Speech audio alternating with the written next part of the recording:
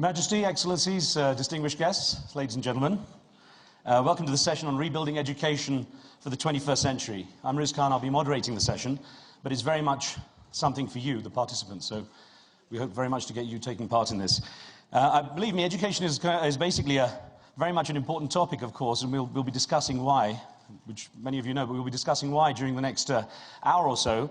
I was wondering who I'd upset, or maybe we'd all upset, having to come here at 9 o'clock, first session after the Google party. We're still seeing people on the streets walking out of it, so it's a little worrying. I'll try and talk quietly for those of you who haven't recovered from it. One thing we do want to do is examine a number of issues here, and I'm going to just outline those. If you've read the agenda for the session, you'll have seen some of the key issues we want to touch on.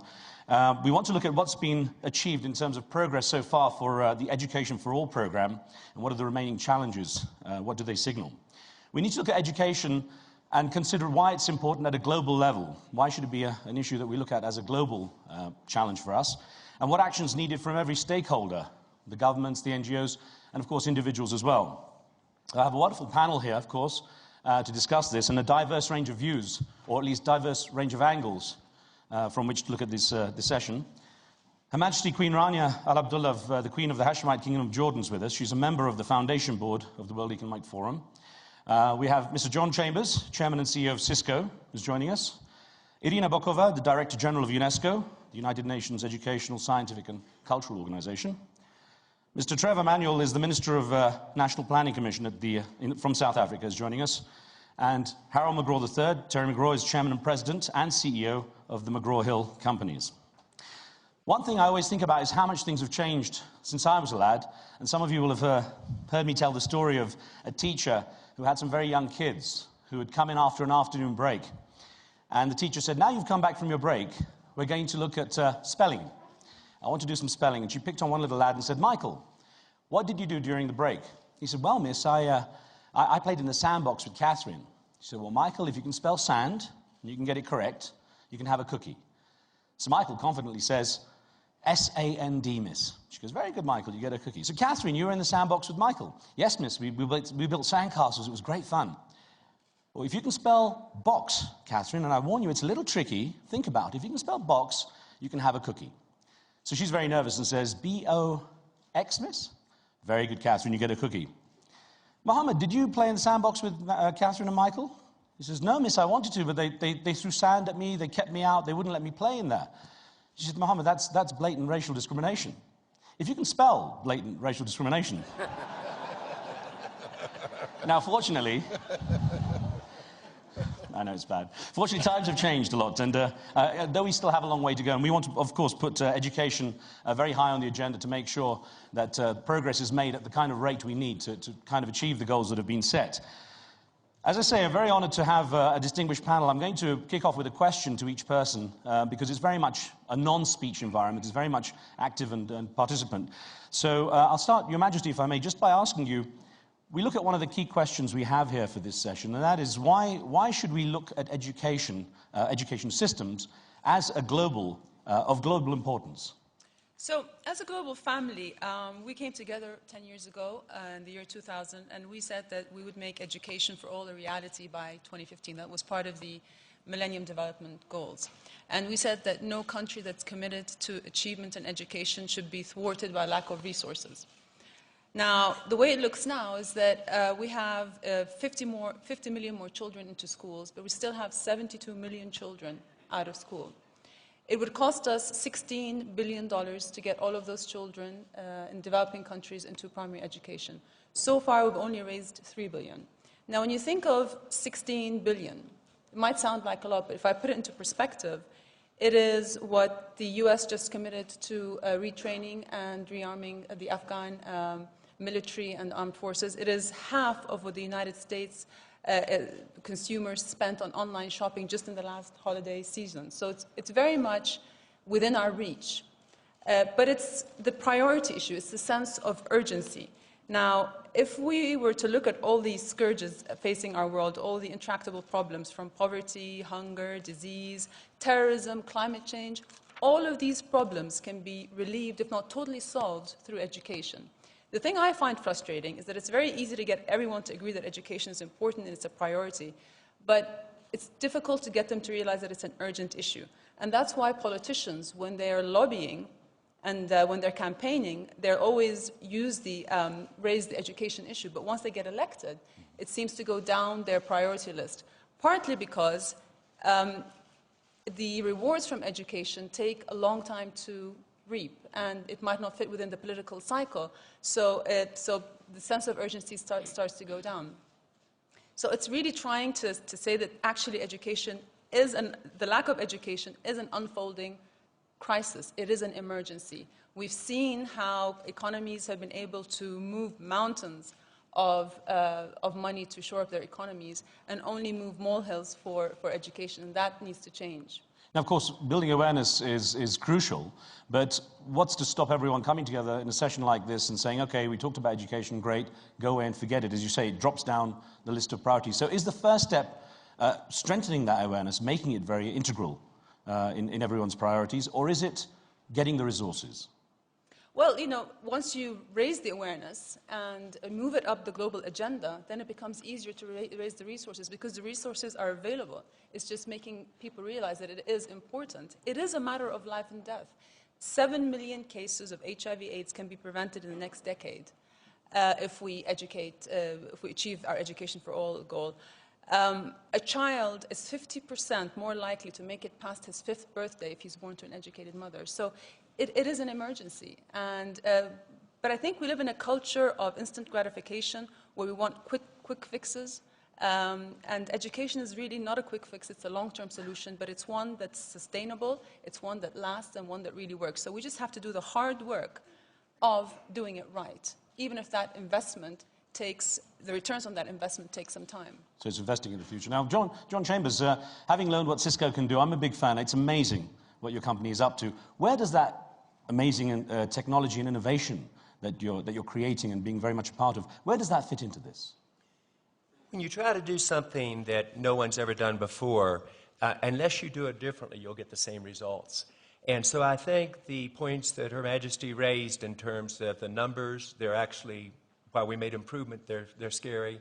The number of teachers we need, raising the awareness. But innovation is a way of capturing ideas from a whole group of creations.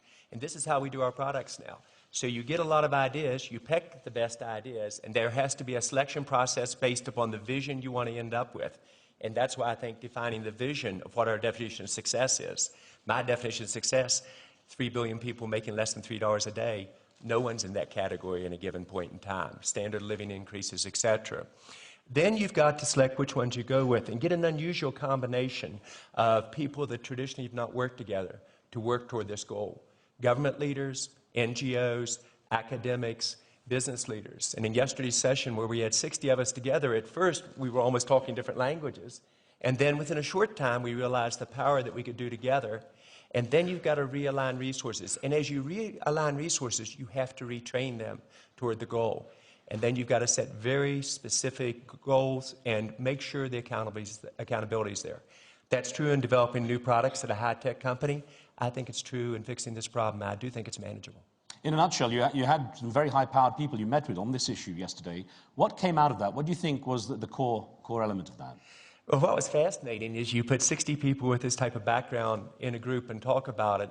This is really what the World Economic Forum is about. It's getting people together that have a different background like Terry, Rania, and you think about how we provide our expertise, educate each other, come to agreement on what the problem is, come to agreement on what the definition of success is, then say, how do we innovate together?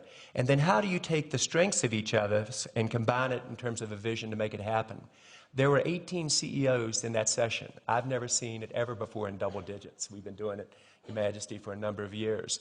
And 14 of them agreed to say, like Terry, we're going to be with you for the long run. So I think it's now outlining a vision, not just stating the costs, not just stating the problem, but a vision of success. And once you get that vision of success, you can get people to play together toward that goal. Thank you. Irina Bokova, good to have you with us too. Now, one thing that was interesting we were chatting with before we came up onto the stage was the issue of numbers. A lot is talked about when it comes to numbers of kids in schools. What about balancing the numbers with the quality of education? Not just quantity of education, but quality. How important is it to make sure the quality is of the right level? I think this is a very pertinent question. We just published, launched the Global Monitoring Report on Education this year, which is commissioned by UNESCO, made by an independent team. And all these figures that Her Majesty mentioned and some others well known about high level of illiteracy still in the world, about the dropouts of girls, the necessity to focus on women's and girls' education, about the marginalization because of different reasons, because of that children come from poor families or represent minority groups, or they are girls and they're not sent to school. But I think that the agenda on education is enlarging, and we see more focus on quality of education.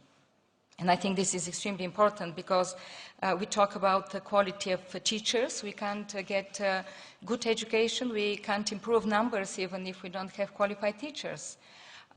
We can't have qualified teachers if we don't enlarge the agenda of education, if we don't include secondary education and higher education, if we don't include science in education. We have a lot of demand from African countries, for example, to help them include science in their programs. We can't talk about quality education if we don't talk about technical and vocational training. And we can't talk about quality education if we don't talk about education for sustainable development. So the agenda of education is included. But if I come back to the first very excellent advocacy that Her Majesty mentioned about education being a political commitment, I think that nowadays it's extremely important. And what is also important is that business leaders come into the debate with a very strong voice.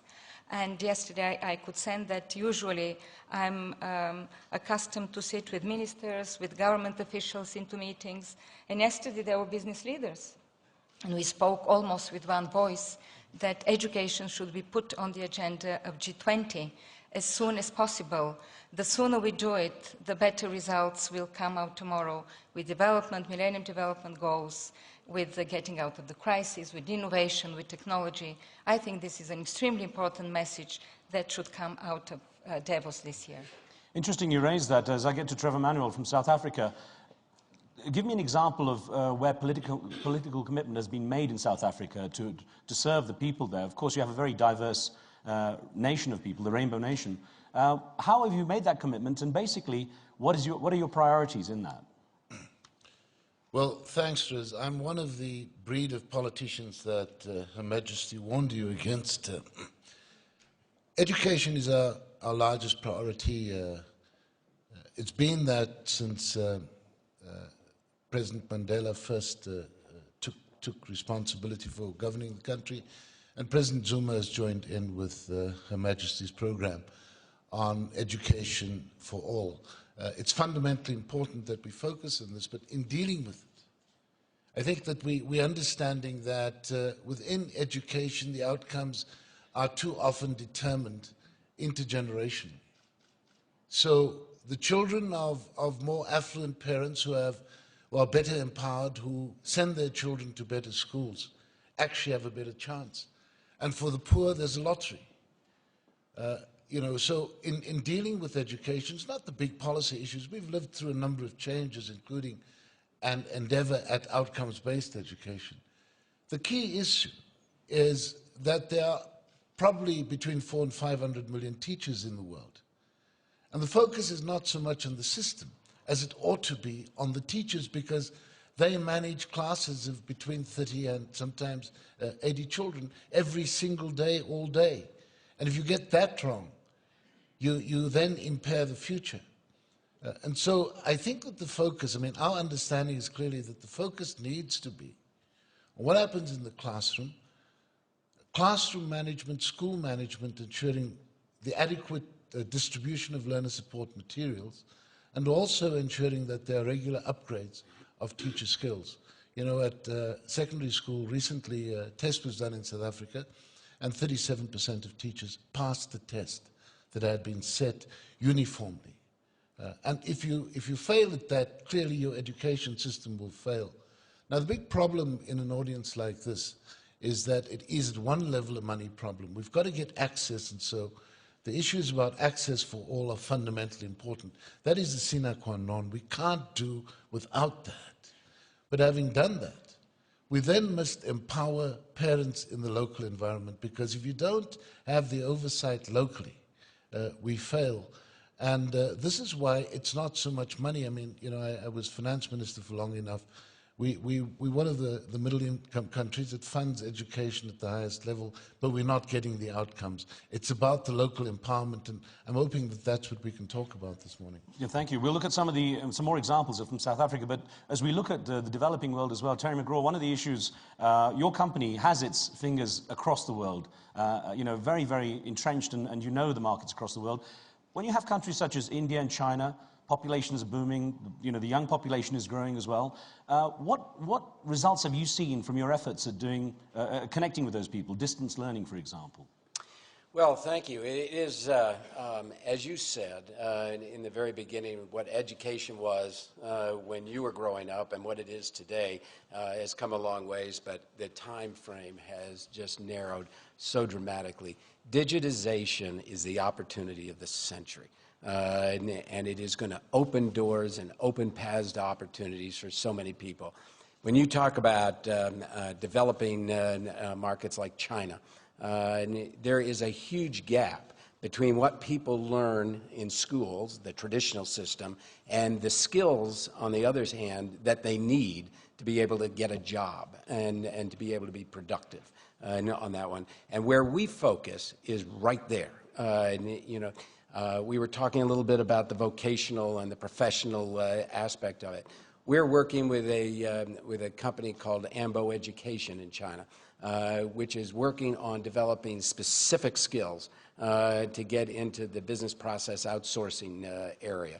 And these are not 4-year programs. These are not 2-year programs. These are 10-week programs and 20-week programs where we can develop specific skills that is going to allow you now to enter the work world. And workforce development and building the workforce of this century is what it's really all about. We're doing the same thing in India. We're working with Tata in a joint venture that we've had actually since 1970. We haven't done a lot with it. We've made some progress and whatever. In the last 2 years, the progress has been exponential. And again, it's in the vocational and professional area where we can give you the skill sets specifically through these online learning platforms that are going to allow you to get that particular job. So building the workforce is what it's about. Thank you. I'm going to open it up for those of you who want to take part with your questions. Please do put up your hands and we'll get microphones to you. Put them up clearly so we can see them. You're a little in silhouette here. And I'll make sure that we get to you in the order the hands go up. Please let us know where you're from, your affiliation and your name, please, so we can at least get involved there. We've got the microphones there. The lady just there, if you could, and then the gentleman, sir, put your hand up again. There, and I'll come to you in a moment, sir. The second row, sorry. Third row. There we go. Ma'am, you're first. Good morning. My name is Roberta Bowman. I work for Duke Energy. Thank you all for your contributions this morning. The issues that we face today really span boundaries. At a session earlier, we heard, well, if only the designers would talk to the engineers, we'd make great progress with sustainable design. We heard from the medical community, if the doctors and the engineers and the manufacturers would talk together, we'd make huge progress in medicine and health and wellness. The concept of quality education really does require some redesign. I applaud the motivation around access and what happens in the classroom, but fundamentally, teaching people to think for the 21st century is the role of education. Just interested in your comments on where we go there. Thank you. John Chambers, please. When you look at something that hasn't been resolved before, what you're seeing is what are you going to do differently? First, getting governments aware, getting the money behind it, the political will to change, then movement to what I think public-private partnerships are going to be about, groups that have not worked together, Queen, Your Majesty, very much like you did in the Jordan Education Initiative, very much like we did in the network academies around the world, 3.2 million students educated with the UN, with NGOs, with Cisco, and ways to get jobs. What is different this time is groups are beginning to learn how to work together with a process, collaboration, and this is where the young people really understand it, and it's probably an area we've not put the time into. They understand gaming, they understand networking, they understand social networking capabilities, they understand collaboration. And if we'd build more of our education around how the young people train themselves and how do we create the environment for it with public-private partnerships, I think that's a large part of the answer. If I can just add to that. I totally agree that we need to get our global education house in order, because right now the efforts are really fragmented and we are just approaching it as business as usual. You know, the same methods, traditional approaches, same players, and trying to achieve different results. That's not going to happen. So we need a different approach, more entrepreneurial, bold, creative, having non-traditional partners. For example, the health sector came together many years back and tried to increase their efficiency by starting an overall body called Gavi, and that has achieved incredible results. We need that kind of umbrella for the education sector.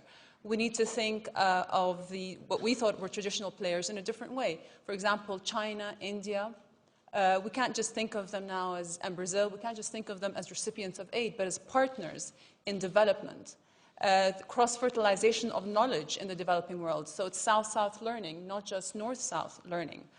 So a lot of these issues, creative ways in terms of raising funds, we need to break from traditional molds. So for example, issuing education bonds on the capital markets, focusing on standards, not just statistics, and ways to measure the standards. It's not enough to just increase enrollment and to say that we've closed the gender gap. What kind of education are those kids getting? Are they getting the skills that they need when they graduate to get them good jobs? So it really needs a whole new thinking and different players, new approaches to bring to bear to this sector. And it's heartbreaking, Your Majesty, as you mentioned at the beginning, when you see how much in terms of resources are devoted to defence, that money channeled into education might produce some of those results that you refer to. So thank you for your patience, the Secretary. I'll come to you in just a moment. Rajendra Pawar from NIIT in India. Have been involved in the Global Education Initiative. I think we've done tremendous amount of progress in creating new ideas of how things can be done by involving many players. But I think if I take the story analogy of your sandbox, it seems to me we've taken this existing system of how government runs education as the boundaries of the sandbox and worked within the sandbox. And the point I want to make and get a response is, I think the boundaries are the problem. And one specific issue which, when I heard Manuel talk about, accountability. The problem is that the government system of education, the money flows from the government all the way down to the teacher. And therefore, for the teacher, only that alignment makes sense. Everything else is a pain. So they don't come to teach. They don't care about the kids. So unless we can change that equation, all the good stuff we do in the sandbox will leave us very dissatisfied. For example, we need to transfer accountability and control of the village school payment to the teachers in the hands of either of the local government or a parent community. We see that in the best of schools where our kids go. We have a huge say in how things are done in the school. In the government system, it just goes upwards. So unless we change that, and it seems to me if we change that alone, we can get at least double the productivity without spending a penny more. I want to understand what the views are of the matter. Certainly, thank you. Trevor Manuel, I'll get you to answer that first, please. You know, at face value, I agree entirely with what Rajan is saying. The problem, however, is that where teachers are more educated than parents, the power differential doesn't work. We have in legislation the requirement that every school has a school governing body. And that works pretty well, where parents are people like ourselves. We go to meetings, we oversee, we need to know that teachers are in the class teaching. The most recent study done in South Africa suggests that between schools in more affluent areas where there's contact teaching time of about 7 hours a day, and in poorer communities in the rural areas where contact teaching time is half of that, parents feel disempowered.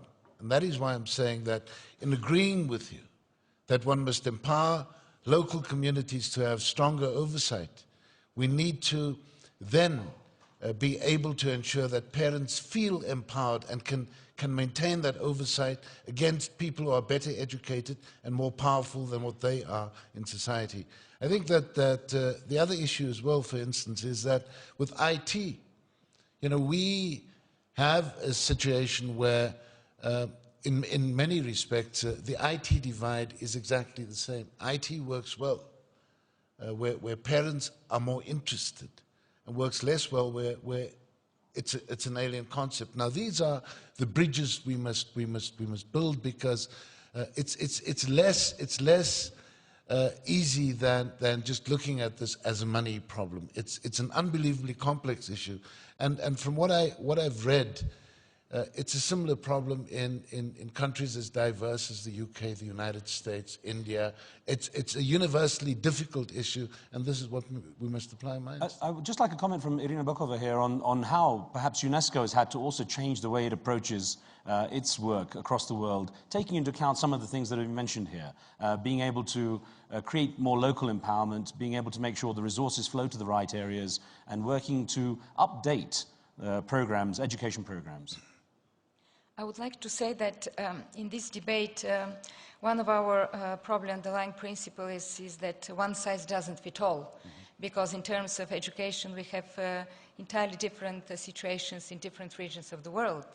And we were talking here about middle-income countries, and there, of course, one of the main idea and objective that we have is to make more inclusive societies, to reach out to the marginalized. And the last report was exactly about that even countries which have huge also internal resources, they have to make such systems that marginalized groups are also included. Now, I think that probably the question of quality and of teachers plays a huge role. I think that if you look at ICTs, and we are very much cooperating, I hope yesterday we clarified all the different aspects of the private-public partnerships that we have with the companies represented here and some others in terms of educating and training of teachers, which should be an ongoing activity. And then, of course, in introducing also to the classroom, the big question here is certification of teachers. We see in many parts of the world, teachers, 50% of the teachers do not have the certificate given by government or by any other organization in order to teach. They're not qualified to do that.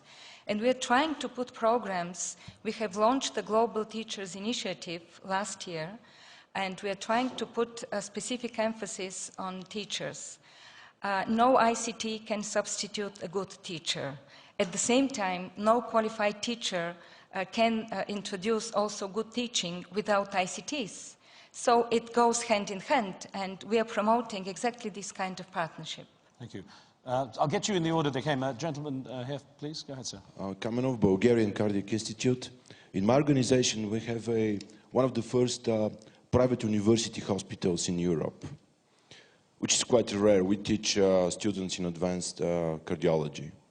So the new Director General perhaps would give us a little bit of guidance about everywhere you turn today, you see invigorating of private-public partnerships.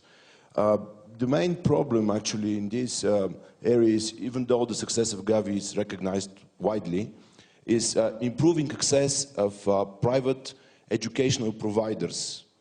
I know John Chambers for many years. I don't ask him, I ask the new Director General of UNESCO. Improving access of private educational providers to public funds. What UNESCO would do in this?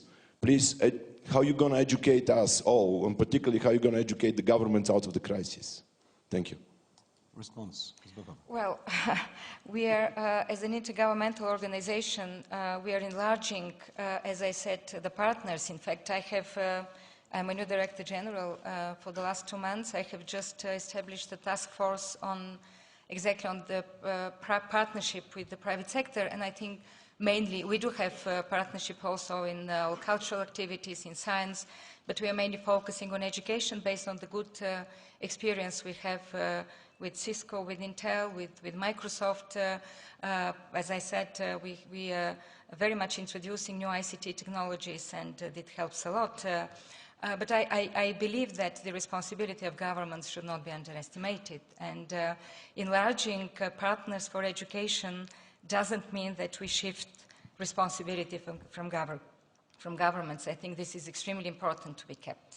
You know, just to get a little bit of debate going, one of the things we talked about in innovation was trying different things.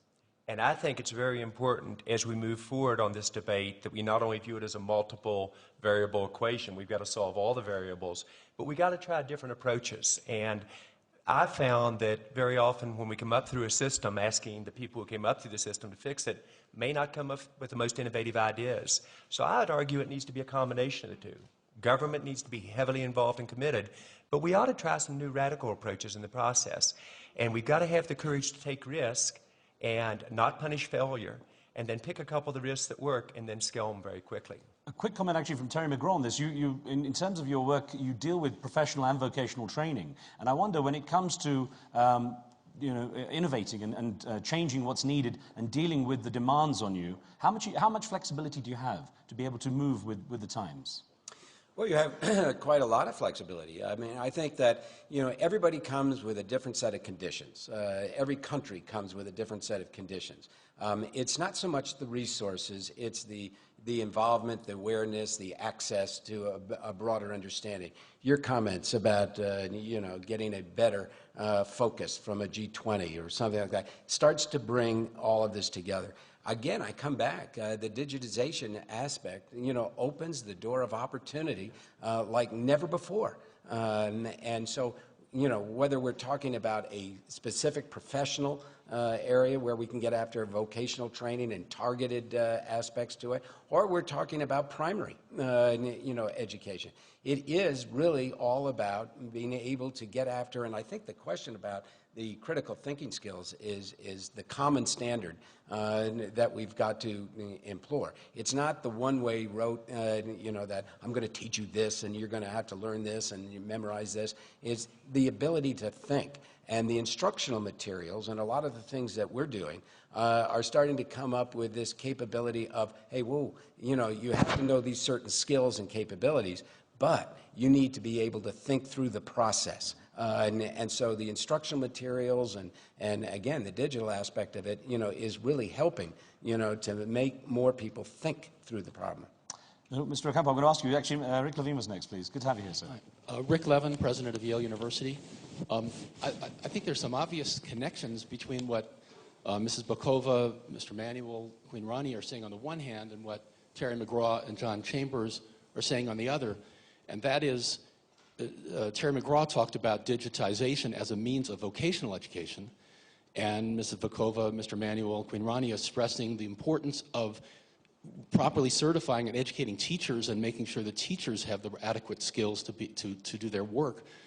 So I wonder what Terry McGraw and John Chambers might have to say about how we can use this digital technology in an innovative way to educate teachers around the world. What are you thinking about that? John, perhaps first, I'll go to you. I think teachers give their lives for the students, and so I think we've got to do a better job of educating the teachers, and I think the way you have to do it is through broadband. The exciting thing is almost every country in the world is now putting out broadband, so you can suddenly change it. Second is you've got to do it through video. Video and collaboration skills are the future, and we found that if you give teachers the tools and give them the education, they'll pass it through. So I think actually the solutions are there, and it goes back to what we all are alluding to. It's a human network with different backgrounds that pull it together. Are you noticing that technology is more widely available? Because there's always this question of who has access to it, who has the ability to connect to this? Well, I think that's important because when we ask the G20 to support us, or you ask CEOs, they're going to say what's different.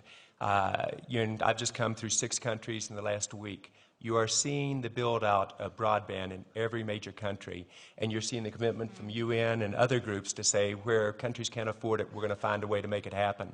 So I think that tipping point is in front of us, and I think the political way is in front of us. The key is, can we show the leaders our vision of how we do it together? Okay, I was going to go to Terry first and get a comment on that digitization of learning and how it might help teachers, and then, if I could come to you. Just to follow on what John said, because it's exactly what me and Mr. Hamadoun Touré, the Director General of the International Telecommunications Union, were doing yesterday. We were sitting together and we were putting up a new initiative. I mean, it's a little bit preliminary to mention it, but once we are on this topic about the broadband in education, so we will try to put such an initiative to combine forces ITU, private sector, and us with what we think as a priority in the content. Probably we will start with African countries. We have a couple of interests also, and it's important. Then something also on the digitalization. We have an extremely interesting project, very successful, that we started with the Library of Congress of the United States on the digital libraries. So it's an open sources. It's one of the most successful projects we have, 33 libraries, and we have another 30 who are interested in that. Wonderful. Terry, sorry, go. Well, I'm probably going to get in a little trouble here. When we start talking about teachers and teaching, we put way too much pressure on teachers. Everybody's got to be an Aristotle, and everybody's got to be able to invent and create in the classroom, and they're not supported well enough. And so a lot of the NGOs that are very successful, and I'm thinking stateside of the National Academy Foundation, the Harlem Village Academies, all of these kind of efforts, Teach for America, they all put this onus on a teacher, and we're going to find a very bright person and allow them to create in the classroom and all those kind of things. Well, you're not going to be able to replicate that. And therefore, what we need to do in supporting teachers is to be able to allow them to have the capability to navigate. Now, if you are dependent, again, upon your conditions and what country and where you are in all this, the awareness level is where you have to go. You got to get up. You got to get out of your 1,000-foot level, and you got to get up to a 50,000-foot level and see what other people are doing and how they're creating and how they're doing that. But we need to help teachers to be able to navigate a classroom. And the way to do it is now through a lot of the digitization that we've been talking about. For us, we produce, a pupil edition, if you're talking just print now, a pupil edition, and we produce a teacher edition. What we're doing and what we're pushing for aggressively is to getting a very digital teacher edition that allows for a very open and far more friendly way of helping a teacher be able to master the subject that they're teaching and to be able to go that way. And we'll push and continue on that part. I just want to say that, quality education is a sum of many components that are all essential. A good curriculum, great infrastructure, technology. But I do feel that the one element that can switch all of these things on is a quality teacher. Without a great teacher, with all the smart boards in the world, all the computers in the classrooms may become irrelevant and redundant. And without getting too technical, let's look at some examples that have actually worked. Finland is one of the countries that arguably has one of the best educational systems in the world. And when they tried to look at the secret of Finland's success, they found that they have the best teachers. So immediately you'd assume that they must be paying them extremely high salaries, and that's why they're so great. But they found that their salaries are average compared to other teachers in Europe.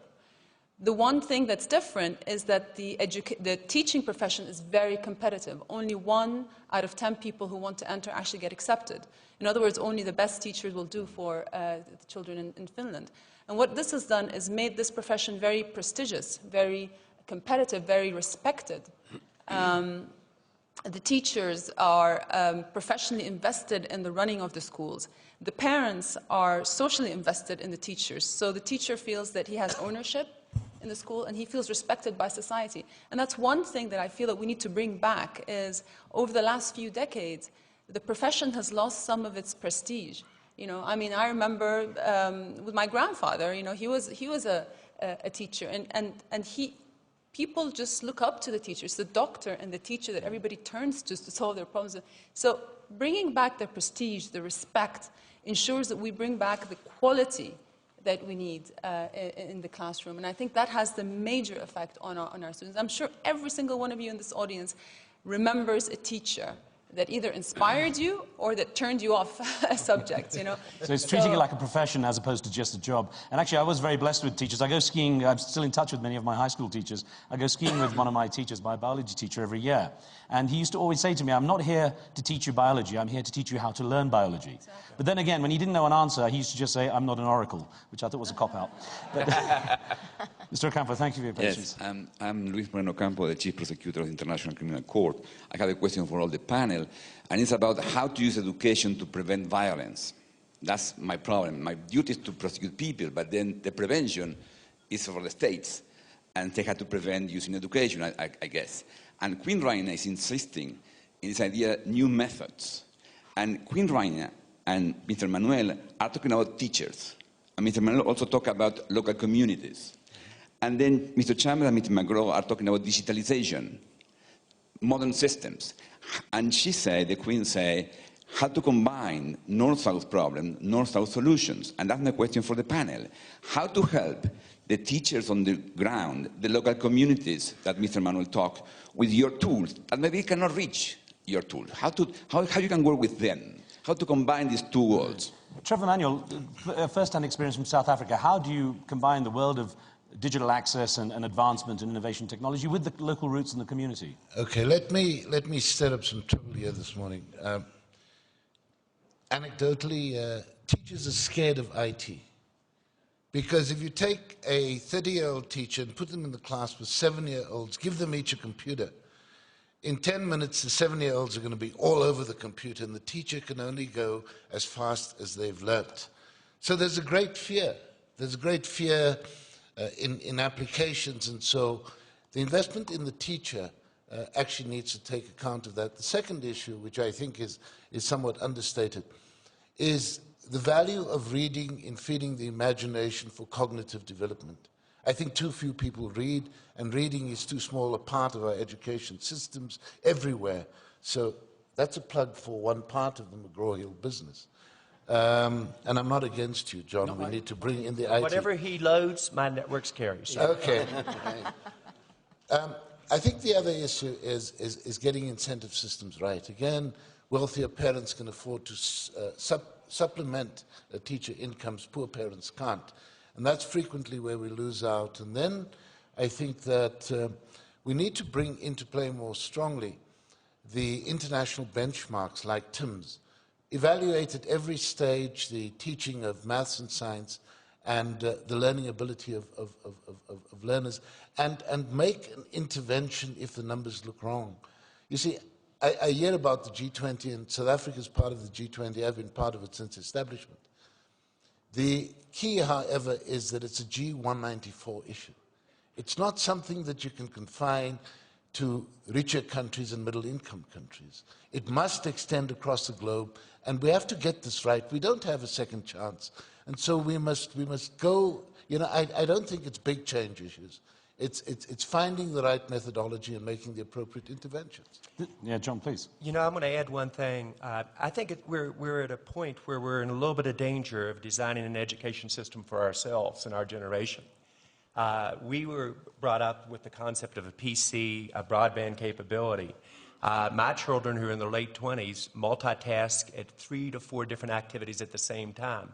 So to educate them, the proper way would have been a teacher could be physically or virtually there, a teaching assistant is answering their questions, which they're texting in, students are answering the questions back and forth, they're collaborative learning. Now that sounds like perhaps where we should go, but I'm going to challenge you further. That's for my kids. The kids that are 10 to 12 to 14 years old do 7 to 8 tasks at the same time. So when we design the education system for the future, we've got to take innovation and skip a generation. And don't let somebody who doesn't understand that, including myself, design the interfaces. We need to really get a group together that can bring this new creativity to life. John, a quick question. When you're looking at these remarkable innovations that allow people connecting over distances, they can learn from remote locations, how do you build in the need, especially in the developed world where it's easy for kids to sit in front of computers and do everything, how do you build in the development of social skills, the interaction in the playground, the interaction between peer-to-peer interaction that's necessary for full development? Well, if you watch how everything from public relations to the media of the future will be, actually their peers help to police the groups. They develop communities of interest, they reinforce the proper behavior, etc. That doesn't mean we don't have to help them teach it. But I think you will find that the way the companies are run in the future will be social groups working together where they largely encourage themselves and have processes in place. We've got to create the environment for it. I think the same thing will happen in schools. Terry, if you give kids a system, they will figure it out themselves. If you allow them to interact, they'll go naturally where this future is. They already understand it from gaming. I'd also like to if I could just add that the fact that our kids are exposed to so much technology and they're exposed to so much online presents us with challenges with our children that our parents didn't have to face with us. and really emphasizes the importance of teaching ethics in schools and really building a strong foundation of values for our young kids, because there's only so much we could do as parents in policing our kids when they're on the computer. You don't know what they're exposed to. So that really brings into play the importance of teaching work ethic, of teaching tolerance, etc. Again, our communities now as well have changed from many decades because of immigration. We have such diverse communities. How do you get the social harmony without teaching children about cross-cultural dialogue, tolerance, compassion, respecting our differences? All these things are new things that, well, they're not new things, but they're more important now than they were a couple of generations ago. Just got a few minutes left. I'll try and get to... Sorry, Terry. One comment, going back on what John was saying.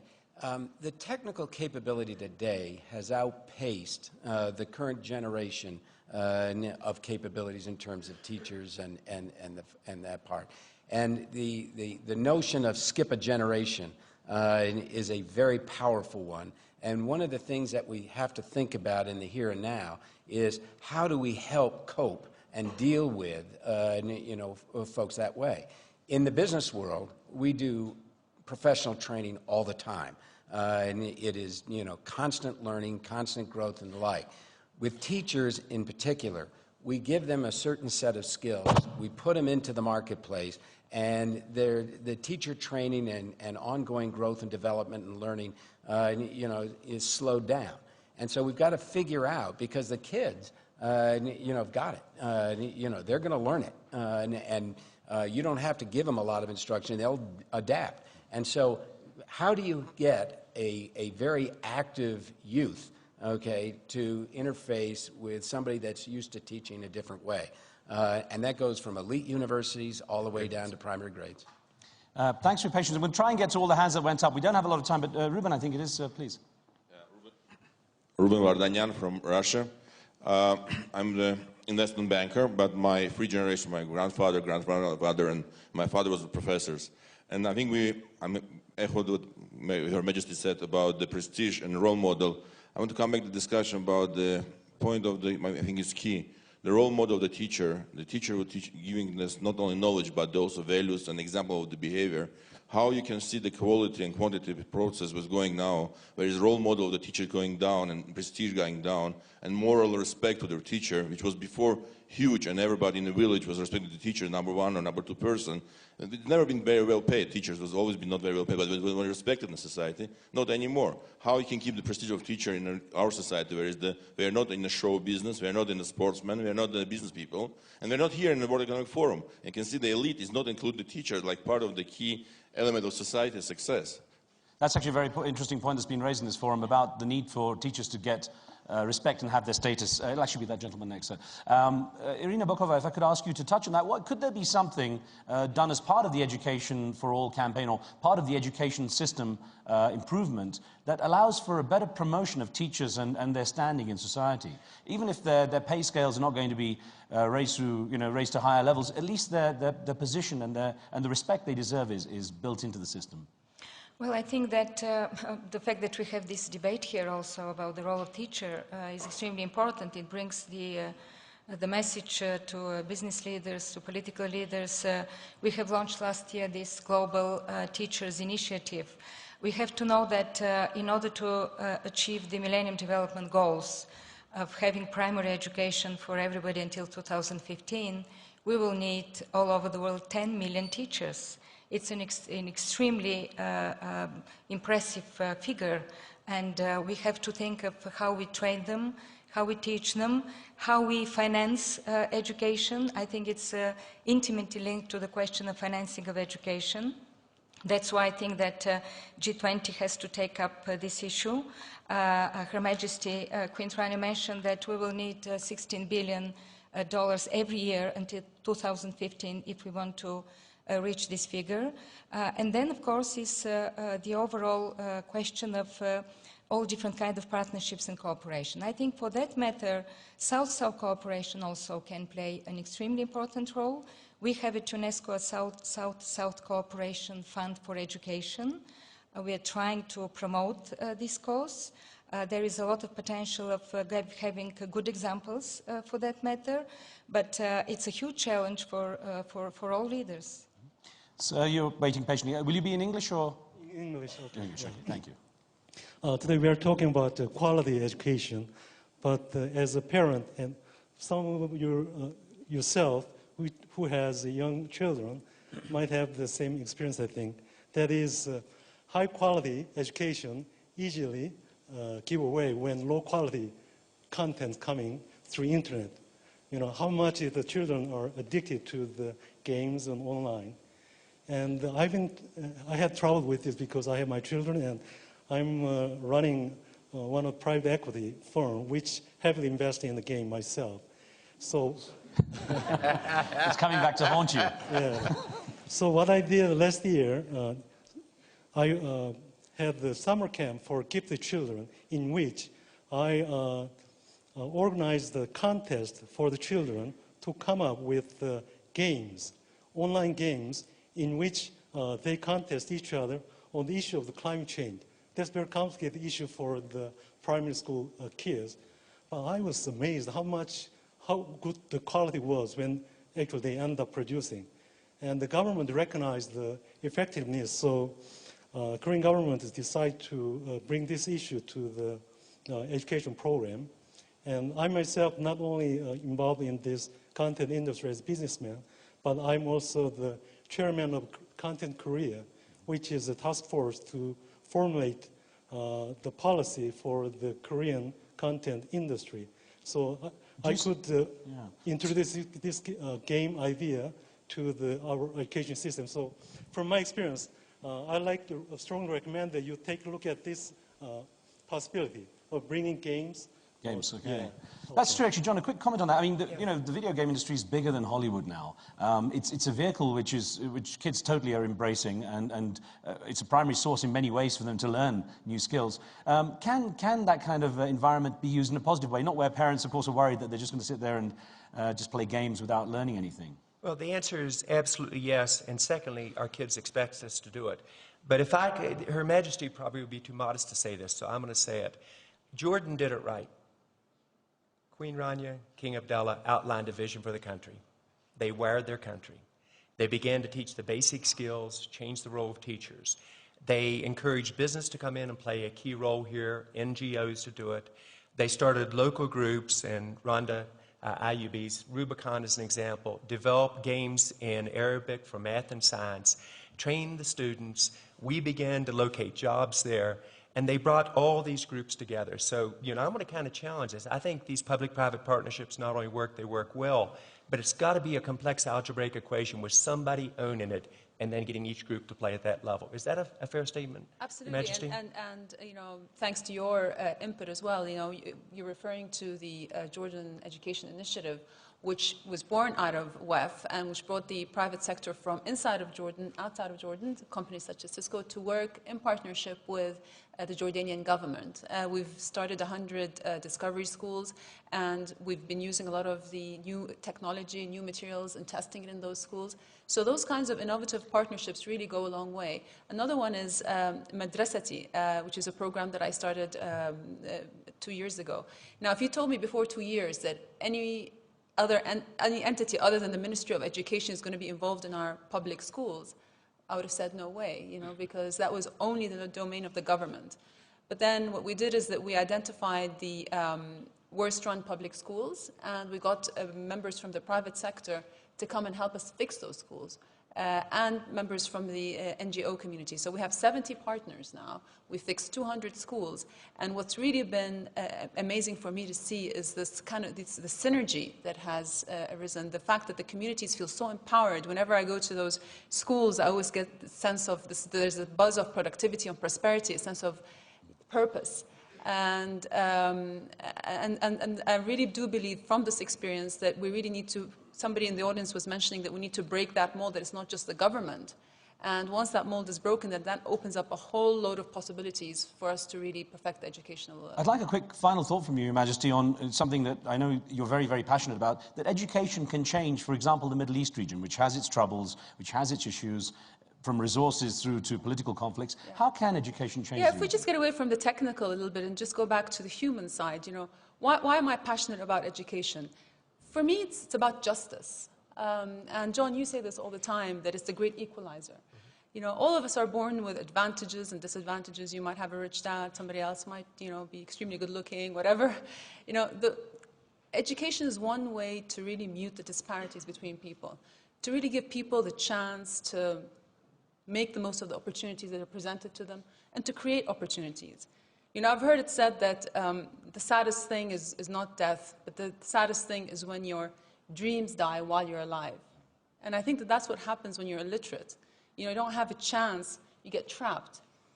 When I look at my region, the Middle East, I feel that education can really be the balm that can soothe a lot of the social ailments that plague our region. If you look at our demographics, 60% of our population is under the age of 25.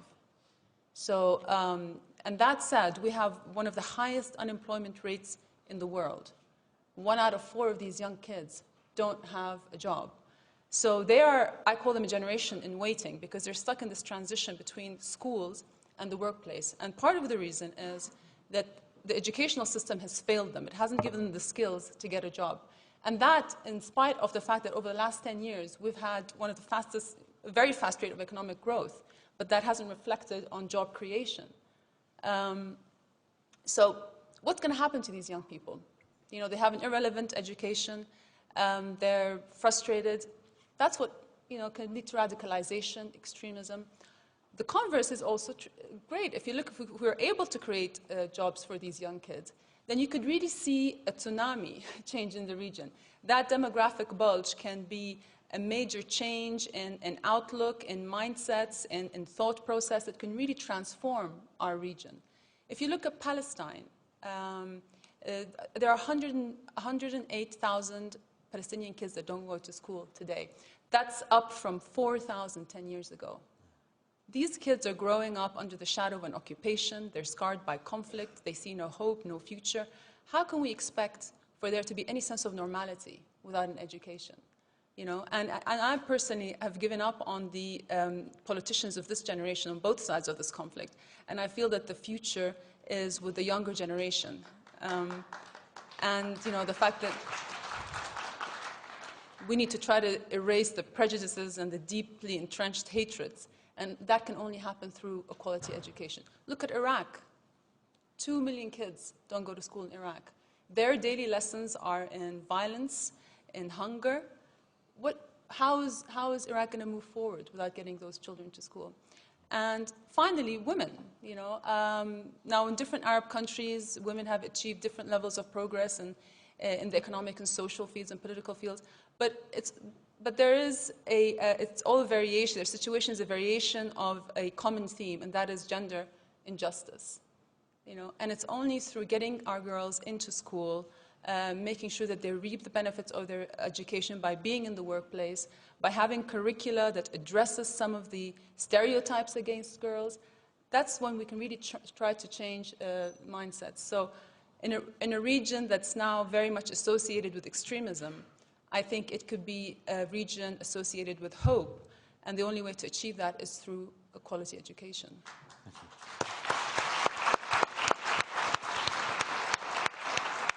Well, as always, we have so many issues, and so many fantastic issues have been raised that need more discussion. I hope it's something that doesn't stop here and does carry on. We never have enough time in these kind of sessions to touch on everything and to expand on everything, and I apologize for those of you who had your hands up and we couldn't get to your questions. It's important, though, that education is now being so seriously taken. You know, we're reading the signs, so to speak, and I always say it's important to read the signs correctly. In Virginia, where I'm based, in Washington, D.C. area, a state trooper, a policeman, drove onto Route 10, onto the freeway, and saw this car driving very, very slowly. And he was like, this is more dangerous than someone speeding, so he was a bit worried. He pulled the car over, and it was filled with very elderly ladies, very elderly ladies. And he walked up to the driver, this old woman sitting there at the wheel, and he noticed the passengers' ghostly pale faces. They were terrified, you know. And he said to the driver, he said, what are you doing? She said, officer, I'm just driving at the speed limit. He said, what do you mean driving at the speed limit? You're going so slowly. She said, no, it said 10. I'm driving at 10 miles an hour. He said, no, 10 is the name of the road. It's not. She said, I saw the sign 10. He said, no, that's not the speed limit. It's Route 10. You're on Route 10. That's the name of the road. So she was embarrassed and said, I'm sorry. He said, I'm just going to give you a warning this time. But before I let you go, I have to ask you, why are your passengers? They look terrified. What's happened? She said, they'll be all right in a moment. They just got off Route 120. So, important to read the signs properly. Please, a big warm thanks to our panel for raising so many key issues.